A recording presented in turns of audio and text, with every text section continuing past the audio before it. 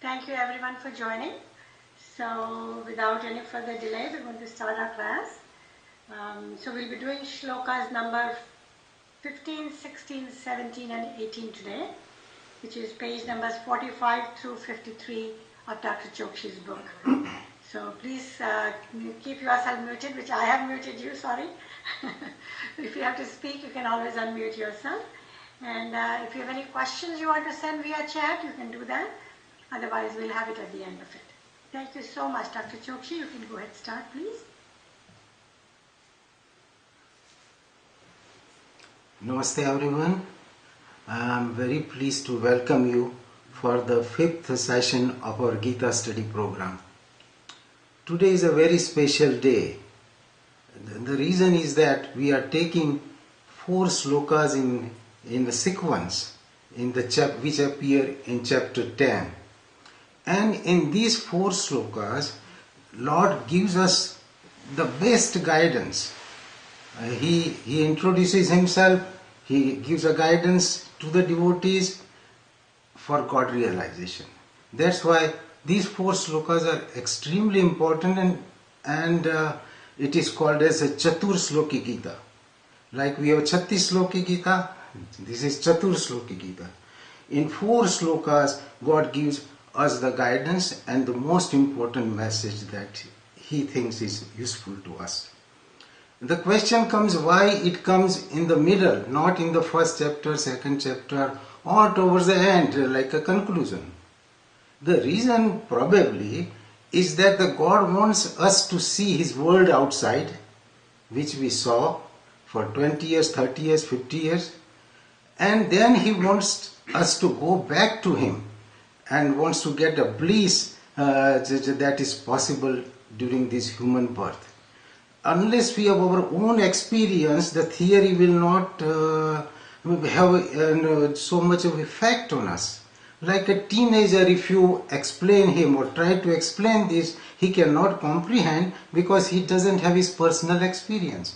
While all of us, most of us, with the experience of 40, 50 years, we have our own conviction. So the new material that comes in the subsequent slokas will have a tremendous impact. That's the reason probably it is in the middle. So this sloka, here first the Lord is introducing himself. And he says, Aham sarvasya prabhavo matha sarvam pravartate iti matva bhajante mam buddha bhava samanvita. Aham sarvasya prabhavo matha sarvam pravartate iti matva bhajante mam buddha bhava samanvita. And like always, we will go word by word meaning of the sloka, which is Aham, God says myself, Aham sarvasya, of everything. Sarvasya prabhavo, the cause, the source. Aham sarvasya prabhavo. Matha, through me. Matha sarvam pravartate. Because of me, everything revolves and evolves. Matha sarvam pravartate. Iti matva bhajante mam. Knowing thus, iti matva bhajante mam. Buddha bhava samanvita. The people or person with a knowledge, with a maturity. Buddha means like Lord Buddha, the man of wisdom. So Buddha bhava samanvita. Bhava samanvita means with a loving dedication. So complete translation of this sloka, that God says that I am the cause of everything. Because of me everything revolves. Knowing thus, the wise people, means the people enlightened people, means people who are seekers, they bhajante mam, means they seek me, buddha bhava samanvita, with a loving consciousness. So there is a love, there is a thirst for knowledge, and these are people with a basic knowledge or curiosity and to learn more about God. Sometimes we say bhajante means we take it lightly, that these are emotional people, get together and they do manjiras and then trying to please God or trying to get favor from God. They do not understand. Even very big Chaitanya Mahaprabhuji was laughed at, when he was on this earth. So, but it is not so. The devotees are the one who have a very fine intellect. Which people think that these are poor people or these are wanting to do something. So it is not so. So God says that aham sarvasya prabhavo matha sarvam pravartate iti matva bhajante mam buddha bhavasamanvita. So these people they know who am I, and they are the seekers. Then God gives His glories at different places, not to impress or not out of arrogance. Some people think that, oh God, look at that, he's boasting and all over the Gita, So some critics have said that even. So God says, Matha Partaram, another chapter, he says in 7th chapter, he says, Matha Partaram Nanyat Kinchid Asti Dhananjaya Mai Sarva Midam Protam Sutre Manigadayava.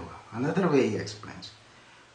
Arjuna, there is nothing besides me or superior to me. Matha Partaram Nanyat Kinchid Asti Dhananjaya. Dhananjaya, another name of Arjuna. Dhananjaya. Mai Sarva Midam Protam. In me, everything is threaded on me. Sutre Maniganaiva. Like on a thread, all the beads are threaded. The same way, I am the connecting link.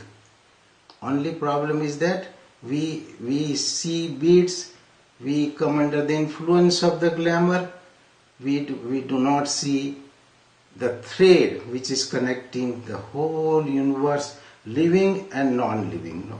So, but that is the reality. The beads are manifest. Thread is unmanifest. So, this is how God is trying to help us understand, because He wants us to go back to Him. So that's why He is trying to make us understand through the scriptures. So Matha Partaram Nanyat Kinchidasti Dhananjaya Mai Sarvamidam Protam Sutre Maniganaiva. Then he further explains, Rasoham Apsu Konteya Prabhasmi Sasi Suryayo Pranavas Sarva Vedesu Sabdakhe Purusham Nusu. He says that the taste you see in water, Raso Aham Apsu, Ap means what? Raso Aham Apsu Konteya Prabhasmi Sasi Surya, the light you see in the sun and moon. I take that out, you are blind, so nothing you will perceive. So that is also me. So Raso Aham Apsu Konte Prabhasmi Sasi Surya Pranavas Sarva Vedesu Sabdakhe Purusham Nusu. And the words and the sound which is in the ether, which we don't see, that is me. Raso Aham Apsu Konte. If you don't have water, you can't taste anything. Try that.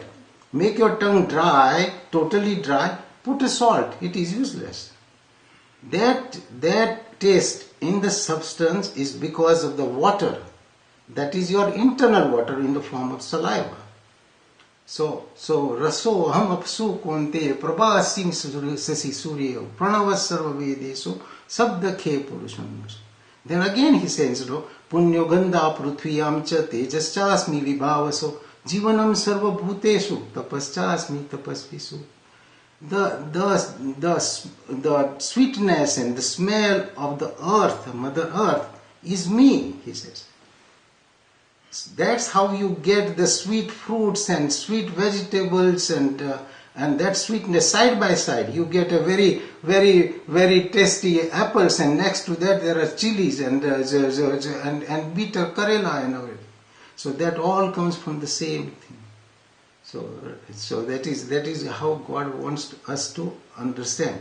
So Rasoham Apsu Konte Prabhasmi Surya Pranavasaro Vedesu Sabdakhe Purusham Nusu Punyugandha Pruthyam Cha Tejaschasmi Vibhavaso Jivanam Sarva Bhutesu Tapaschasmi Tapasvisu.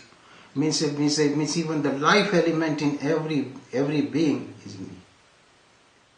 And then he says, Bijam mam sarva bhutanam vidhi partha sanatana buddhir buddhi matamasmi tejas tejasvinam. Arjuna, know me to be a seed.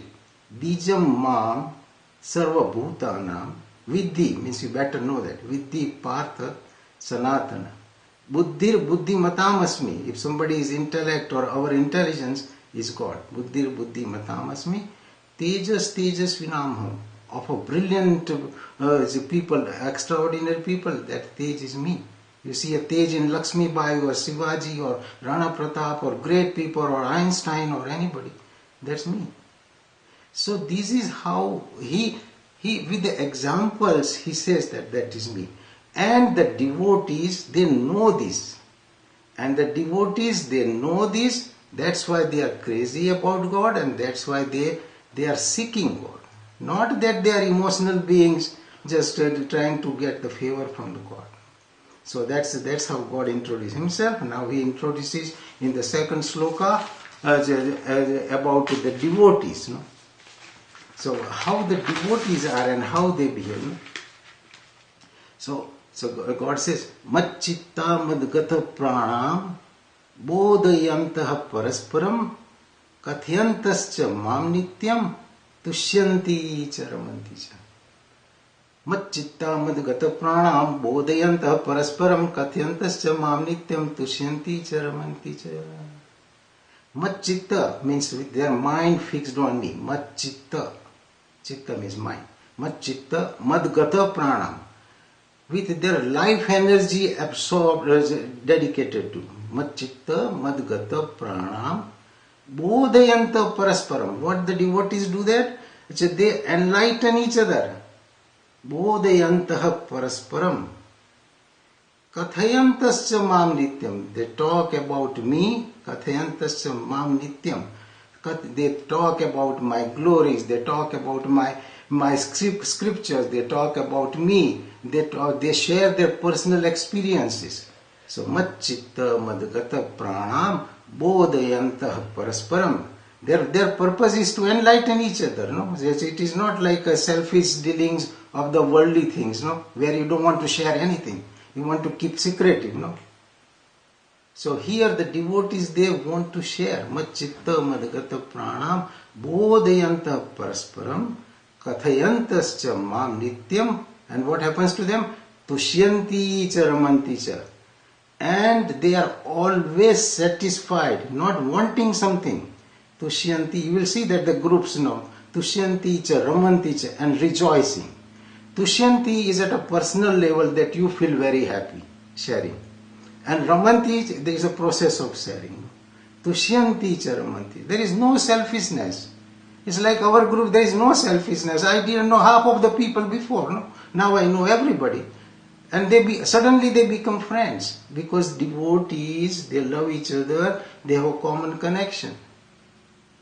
So they immediately become friends. Like alcoholic immediately become friends. You go to a pub, they don't know each other, but they sit down next to each other and they are drinking and they are talking about different wines and different beers. You go to gambler, they will introduce to another gambling centers and other. You go to the cricketer, you go to sports, you go to the arts. Each one has their own groups. There are so many. The scientists or explorer or rock climbers, there are groups for that, you know. And there are even skydiving people, there are groups for that. So the devotee group is very, very special. God says that, no, I love that group, no. God has never mentioned anything, gamblers and other. He mentioned is a throwaway thing, no. But the devotees, he says, no, wherever there are devotees, I am there. Jesus says that wherever there are two or more of you talking about me, rest assured I am in the midst of you. The same thing Krishna says, no? Karma brahmod bhavam vidhi, brahma aksaram samudbhavam, tasmat sarvagatam brahma nityam yagne pratishthitam. That wherever there is yagnik work is going on, I am there. So these, like discussing this, and this what we are doing is the highest yagna one can do that. That is called Swadhyaya yagna. Means studying the scriptures. and from there the people get ready to do something, So Swadhyaya Yagna, Yagnasya, Yata, there are different kinds of Yagna. Dravya Yagna, Tapo Yagna, Yoga Yagna, Tathapare, Swadhyaya Yagna, Yagnasya, Yataha Sansit Vrata. So this is God's guarantee that I am there amongst the devotees. So devotees, that's why they feel very good. You feel there is an aura develops around the devotees of joy and grace of God. So for without much explanation, you feel good about it, And in the devotees, they want to share the knowledge, So the speaker gets benefited, listener gets benefited. Your reception is much better, and your expression is much better because it is the talk of God. So your microphone is better, you are absorbing all the messages better. If somebody asks a question with this kind of discussion and group discussion, or they have their comments, know that now through that mouth God is talking. So we all are potentially divine, says Vivekananda. Each soul is potentially divine. We have to just bring it to manifestation. So he says that you have to manifest it. Either you do by bhakti, you do by gnana, you do by karma, or all three. But each soul is potentially divine, and we have no choice but to become a devotee. Either you become a devotee in this birth, next birth, or after thousands of births. But unless one merges with the God, means souls which is separated, merges with super soul God, this birth and death will continue. And Vedanta and scriptures want us to get liberation or mukti while we are in this body. He doesn't want after death. After death is a birth. After death is not a mukti. So liberation, which Vivekananda describes very nicely, that true freedom is not getting out of the clutches of Britishers. That time the British rule was there in India. So real freedom is not getting out of clutches of Britishers or coming out of the jail. But the real freedom is when one is free of his own desires, then he has the real freedom. So that thirst and desire, unsatiable desires, when somebody is free from that, that is the real freedom, and that is called mukti. So God wants us to follow this path. So Madchitta madgata pranam bodhayanta parasparam katyantascha mam nityam tushyanti cha ramanti cha. And according to Buddha, except some place Lord Buddha had said that. So that whenever the Buddhism, my teachings will fade, I will incarnate. And according to those folklore stories, so that Buddha will come as a Maitriya Buddha, means like a friend. So the devotee friends, that is Maitriya Buddha. And some people believe that the Buddha is already incarnated in the shape of friends, the devotee friends, which help to further our spiritual knowledge and spiritual. So this is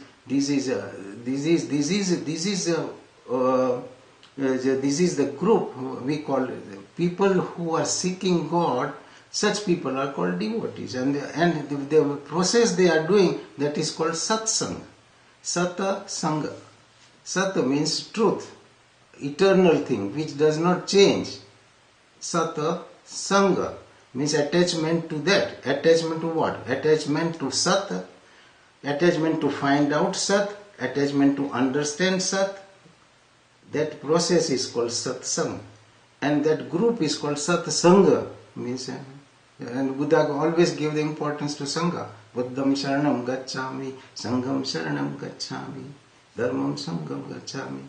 So that is always given importance everywhere.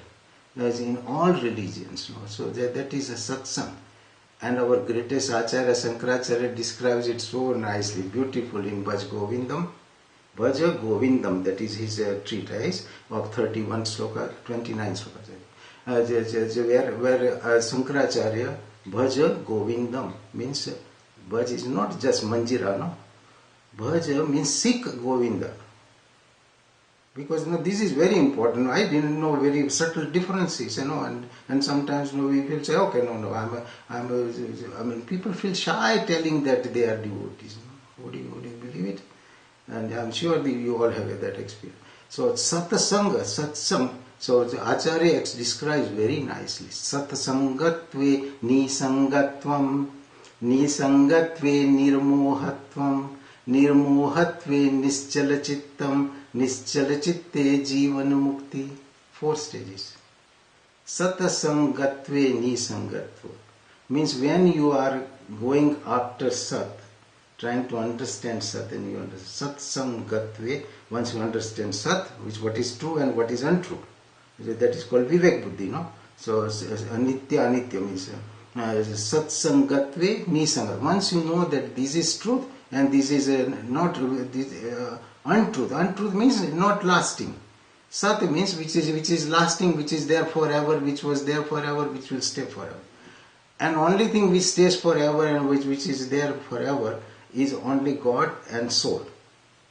These are Sat. Everything else is called Asat or Atman, Anatman. So Satsangatve, once you understand Sat, Satsangatve Nisangatvam. When you understand Sat, you get an attachment to the worldly thing starts dropping off.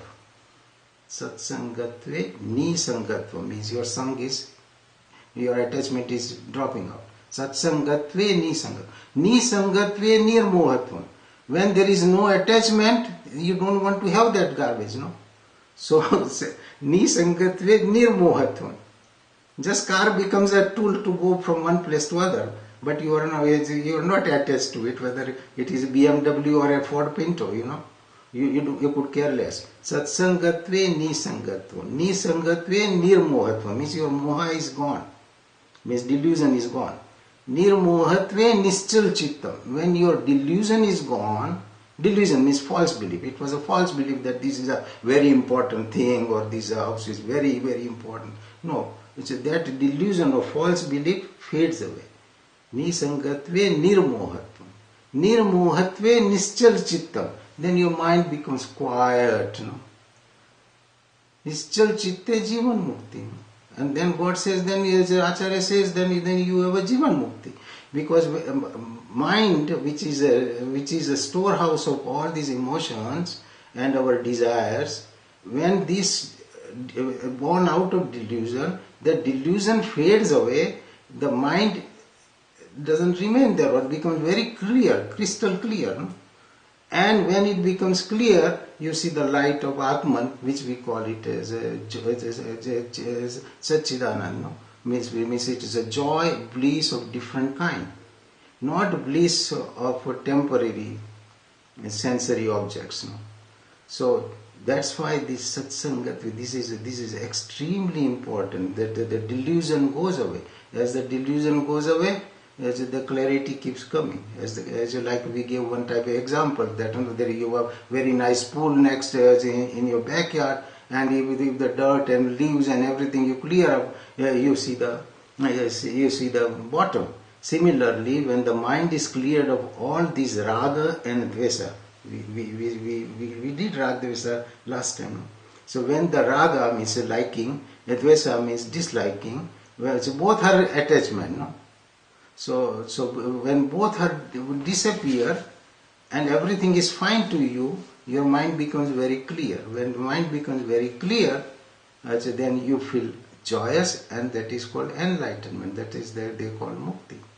So satsangatve nisangatvam nisangatve nirmohatvam nirmohatve nischalachittam nischalachitte jivan mukti. Bhaj Govindam, Bhaj Govindam, Govindam, Bhaj Mood Mate. Acharya calls us Mood Mate. Mood Mate means it's a very bad word. That somebody who has a concussion, who has gone crazy, that wake up man, That's what this greatest Acharya, no, oh my God, they say that he was incarnation of Lord Shiva, no? So that's why in 34 years everything done, 4 places, big establishments. That time God knows how they must have gone. But anyway, so that is our next sloka. No? So after that, which one is also? Satsangatve. So satsang, we saw the importance of satsang, what you get out of that. So, okay. And then now we will take the third sloka, where Lord says what He does for this group of people. No? The people who are trying with all their heart, all their mind, and constantly to attend to me or to understand me, I give them a special intellect. Tesham satati yuktanam bhajtam priti purvakam dadami buddhi yogam tam ena mam upiyanti te. Tesham means to them, satata means constantly. Satat is a very favorite word of Lord. No, it comes 10 times now in the Bhagavad Gita at least. Tesham satata yuktanam. Yukta means yogi. Yes, is another word for yogi is yukta. Yukta means united. Yogi means united. Tesham satata yuktanam bhajtam priti purvakam. Those who are seeking me with all their heart. Priti purvakam. What do I do? Dadami buddhi yogam tam. I give them a very special intellect. Buddhi yogam tam. Ena mam upyanti te. By which they will come to me. So I give them a special buddhi, intellect. It is purified intellect. We all have intelligence, no? Where there are professors and lawyers and everybody amongst us. But that is a intellect, worldly intellect. God says, I will give you a buddhi yoga. Buddhi yoga means, I was listening to one saint and very clearly it was so nicely described, that buddhi yoga is your intellect when it is anchored in the soul. At the moment our intellect is anchored in the worldly thing and in the mind. So there are 3 layers. One is a